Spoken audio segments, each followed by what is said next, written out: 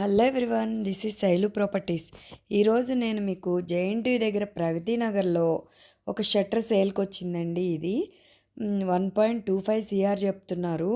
50 నుంచి 60 వేల వరకు మనకి రెంట్ వస్తుంది. జస్ట్ ప్రగతి నగర్ ఎంట్రన్స్లో చెరువు దాటిన తర్వాత త్రీమంకి జంక్షన్ వస్తుంది. ఆ జంక్షన్లోనే ఉందండి ఇది.